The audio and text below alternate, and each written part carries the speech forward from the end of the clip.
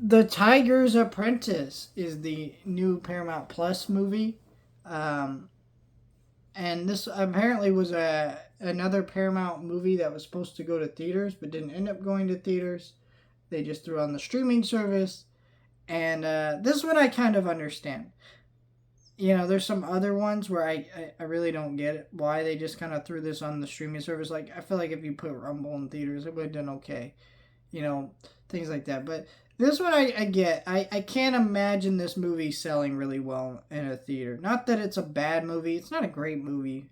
But, like, I can't imagine a movie that looks like this, that moves like this, would make the money that it would in a theater. I should state my favorite, what I really liked about this movie before I kind of get into the problems and kind of just the issues with this movie. Uh, the the the voice acting is really good in this movie. It's actually pretty solid, and I liked all that. And the actual action scenes with the Zodiacs in this movie were awesome. The way they like fought and took down, and their colors and designs, all the different animals, and the way they used them was really sick. Wasn't enough of it, but still really liked all that.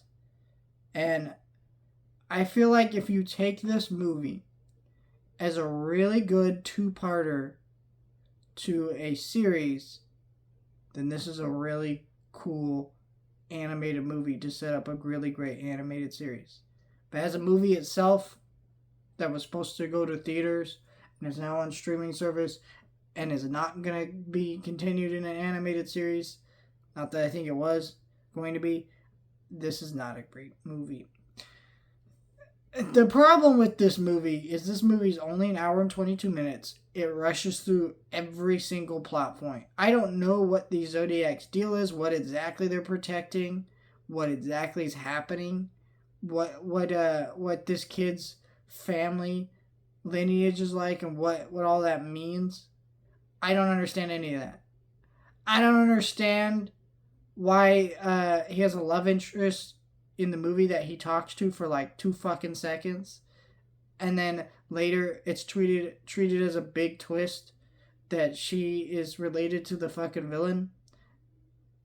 Except it's not a big twist, because a twist would imply that there would require there be something that was set up beforehand, and there fucking wasn't. Didn't make any sense, and they keep acting like, and there's little jokes about how, like, oh, they're together, except I don't fucking understand any of that, because again, they talk for like 2 fucking minutes. It doesn't make any sense.